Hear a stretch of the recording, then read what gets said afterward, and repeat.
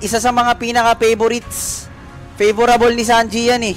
Sisid lang, no? Sisid lang. Actually, si Sanji, kung may player na pinakamahilig sumisid, maliban kay Jeff Cutie, si Sanji yun. Sanji.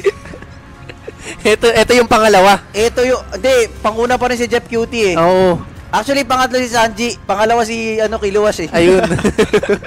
Nagkapilahan na. Nagkapilahan mga kaibigan. Pero kompleto na yung mga draftings natin. Eto na. Again, casters, alam ko naman kung sino talaga yung pinupusuan nyo dito. Pero, again, I really like to see FCAP bounce back onto this game.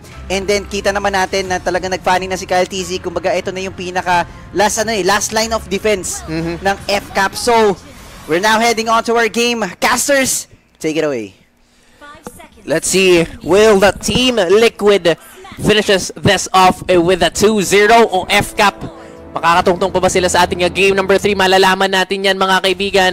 But for now, tingnan natin kung ano ba yung magiging early rotations ng mga teams natin dito.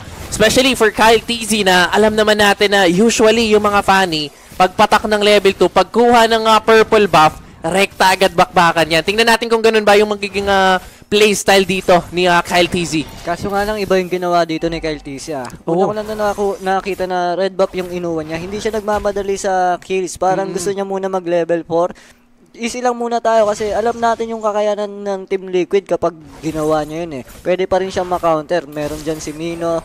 Andiyan pa si Sanji, di ba, na naka-petrify. So, easy lang muna, sabi ni Kyle TZ. Easy peasy lang, sabi dito ni Kyle TZ. Especially, importante rin na makuha niya talaga muna yung level 4. I think that is the idea na inuna niya dito yung orange buff para at least may extra damage siya sa pagkuha ng mga iba pang jungle camps later on, just like this one. Pero bot side, konting skirmish tayo dito, konting kulitan. Mukhang manenelikado yata si Ogwen dito. Flicker has been forced out.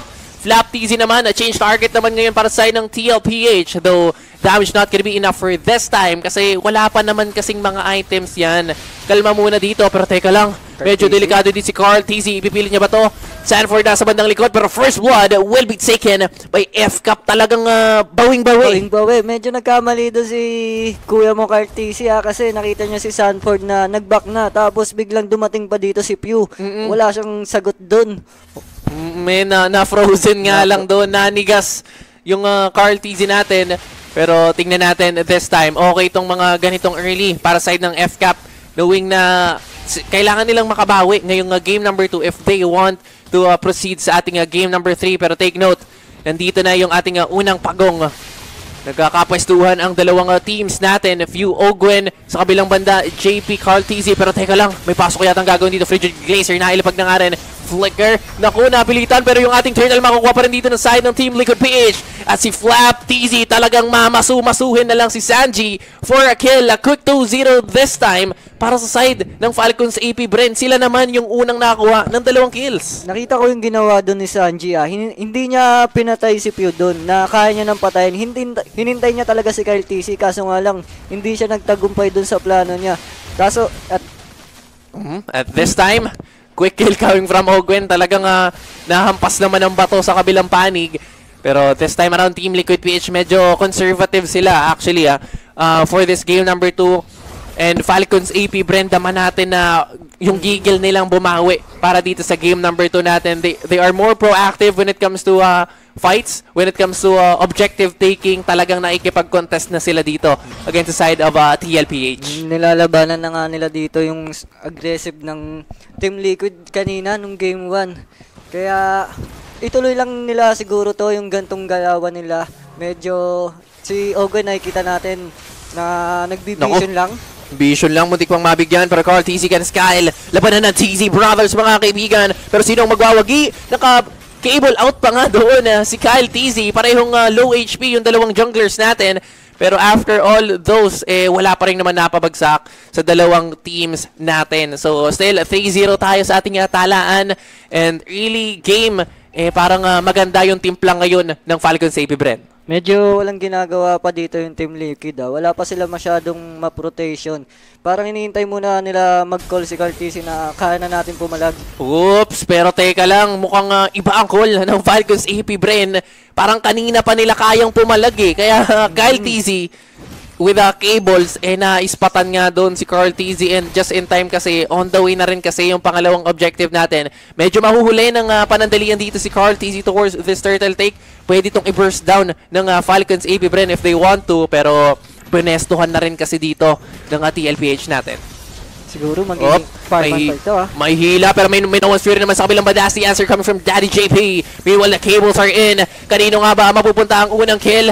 Meanwhile, Sanji goes out, pero teka lang, ceasefire daw muna saglit. Wait muna natin yung iba nating kakampi. Tapos magfa 5v5 tayo dito sa may bandang gitna. Nagkalapagan na Frigid Glacier. Nakuha ng Team Liquid PH yung ating turtle. Meanwhile, the kill will be taken this time by Carl TZ. Pero may wall charge palayo. Mukhang mapipilitan tumakbo ang F-Cup natin. Sanford is actually very, very low. Pero may Petrify. Sabay, wala pang Rough Waves. Like and bounce. That's gonna be another for few this time. Yung Zaman Force just in time din kasi nakahuli pa yung side ng TLPH at wala pang napapatumba pa rin sa side ng Falcons AP Bren. 7-0 at this point of the game. Yung turtle nga lang yung nakuha doon ng TLPH. Napakaganda ng ginagawa dito ng Falcon AP Bren ngayon. Parang hindi sila nagpapatalo ngayon. Hindi nga nagpapatalo. Ogwen ngayon ang kanilang magiging target. Pero sa kabilang banda, Kyle TZ to the rescue ulit. At another kill for him. Naku, killing spree na agad on this game. 3-0 on his KDA. Mainit si Kyle TZ ngayon. Sa tingin ko dito, nakikita natin si Sanji na medyo wala pa tayo nakikita na magandang combo na ginagawa niya.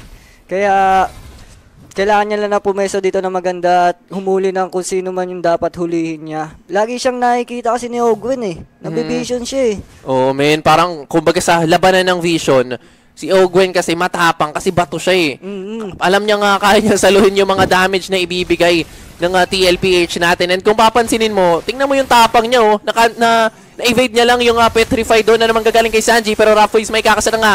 JP ang kanilang magiging target ngayon, pero Minowan's Fury tatama ng bahagya onto Kyle TZ, pero kumonekta na kasi yung cables palayo. Meanwhile, on the bottom side of our map, konting kulitan coming from Sanford and Flap TZ. Parang humahanap ngayon yung TLPH ng paraan.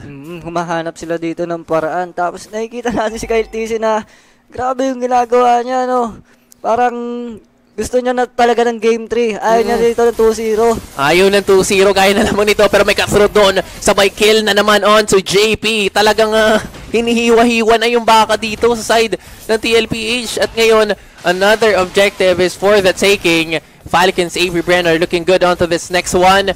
Yes, na-secure yun ng Falcons AP Bren. Grabe ang masasabi ko dito kay Kyle TZ. Napakagaling niya magpani. Sabi nga kanina ni paring Toku ginagamit niya si Pani mismo. Ayun, siya na si Pani siya na mismo si Pani. Si Kyle TZ na yun. Yun nga yung nakikita natin ngayon And talagang in terms of damage, in terms of kills, Kyle TZ is on a roll right now. Pero for this one, tingnan natin ang magiging sagot ng TLPH. Wall charge palayo as an answer for Ogwen as 5 na yung sumusubok, patayin siya doon. Humahanap na ng paraan dito ang Team Liquid Echo para makabawi. Pero tumatapang pa rin yung Team Liquid kahit na lugi sila. Dama natin na somehow may confidence pa rin dito sa side ng Team Liquid PH. I think they are looking for errors na pwedeng ma-commit dito ng Falcons AP Bren. Tapos doon nila iti-take advantage yung mga pangyayaring yon. And isang setup lang possibly yung kailangan nila dito. I mean, they have Minowan's Fury on their side. So pwede yung maging starter dito para side ng Team Liquid PH para maikasa din yung mga iba pang damage na pwedeng i-deal ni Benny Cutie, ni Carl TZ, and Sanji as well for the side of TLPH. Pero ang problema kasi, nati-check sila lagi dito ni Ogwen. Nahanap sila palagi ni Ogwen Kaya dito, si Benny Cutie nahihirapan na rin mag-farm Parang sinasama na siya ng mga tropa niya para mag-farm. Binibigay na sa kanya lahat ng resources. Yun nga And kung titingnan mo, Team Liquid PH ngayon, napipilitang magsama-sama para as much as possible, walang mapipick off sa side nila. And kung titingnan mo kanina, pagkuha pa lang ng purple buff, 5 na sila. 5 na talaga. At dito, malapit na tayo magka-lord. Sa tingin ko, hindi mo napapalag dito yung Team Liquid Alam nila yung kakayanan ng Falcon AP Bren ngayon. And nakuha na ni Kyle TZ yung item niya. Meron na siyang Malefic Roll, 2 na. Meron pa ano na yung third item niya. Third item on the go na rin. Malefic Roar and a Blade of Heptasis for Kyle TZ. Nako, ito yung magiging problema mamaya dito ng Team Liquid PH. Pero this time around, kita natin may confidence pa rin sa side ng TLPH. Parang willing silang ilaban itong Lord Dance na to. Parang willing silang makipagsayawan sa Falcons AP Bren. Pero tingnan natin, naglapag ng Guardian's Barrier si Ogwen doon para lang i-check yung bush. Tapos pepwestohan niya na rin. Para in terms of pwestuhan, lamang sila against the FCAP. Pero ngayon half HP towards this Lord. Pero may reset na magaganap. Reset lang nga sabi nila. Pero nakikita natin dito, pinik yung Ruby para kay Pani. Pero sabi ni Kyle TC, baliwala yan. Baliwala yung Ruby dito Parang hindi ganun ka-effective kumbaga. Sabi dito ni Kyle TC. Pero 9-0 pa rin tayo. Parang binitawan muna nila yung Lord na yun Parang mapipilitang dumepensa kasi muna dito. Yung side ng TLPH against the side of FCAP. Ito na nga, 10 minutes, meron na tayong kalamangan ng halos 7k rin yung kalamangan ng Falcons AP Bren dito. At ito na nga, sinisimulan na ni Flop TC yung Lord.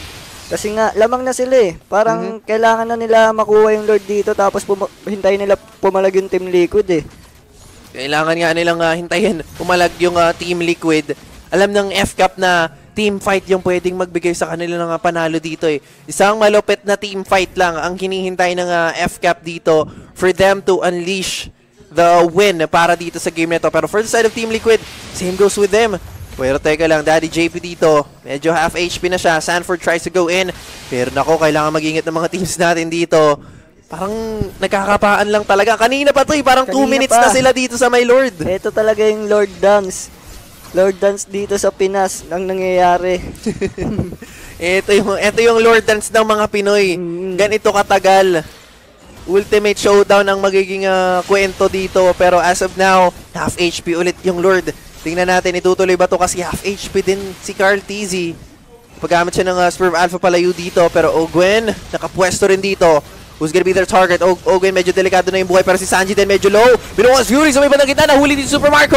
Pero that's gonna be Team Liquid securing in that Lord. Pero may bawi dito inside ng Falcons AP Bren. That's gonna be Kyle TZ going in for the double. Might be another kill for them. Pero si Sanji mukhang makakatakas. Hindi ka makakatakas sa maso ni Flap TZ dahil nandito na yung side ng Team Liquid. Meron na silang Lord this time. Pero kasi ubos yung Team Liquid dun Tatlo ngayon ang bagsak sa side nila. So, I think mako-compensate nun yung dami ng kills na nakuha ng Falcons AP Bren kasi meron naman silang Lord.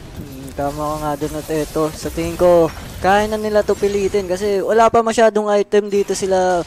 Si Benny Cutie yung hinihintay natin pero wala. Hindi natin nakikita si Benny na gumalaw pa dito. Nakikita natin yung standing niya na 0-0-0 pa lang. Talagang tahimik lang kung tahimik no? In terms of kill kasi, isa pa lang din yung nakakakuha dito sa side ng TLPH which is Sanji.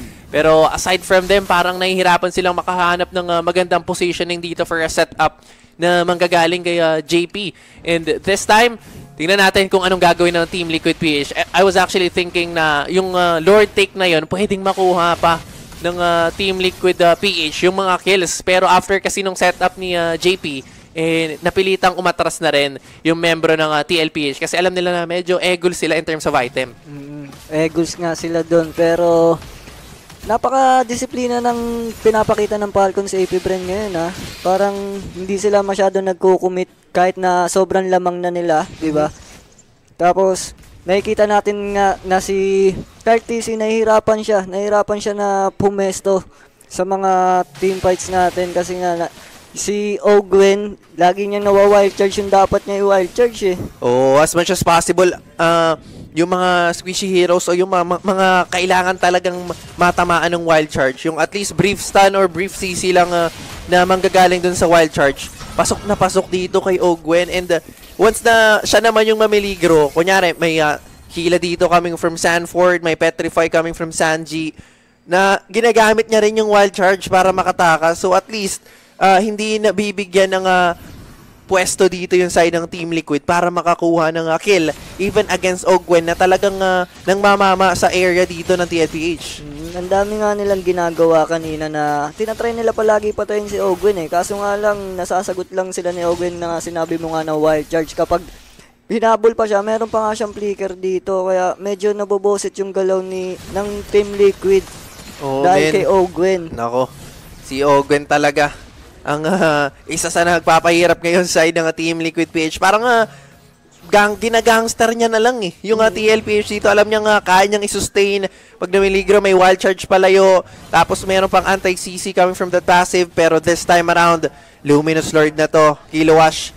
Tingnan natin, mukhang nga pupusto ulit ang Team Liquid PH. Sabi nila, nakuha natin to kanina. Pwede pa natin tong kuhain ulit. Pero tatry ulit natin to ngayon. Second time around, kanino kaya mapupunta yung ating Lord? Carl TZ medyo may ipit sa may bandang gitna.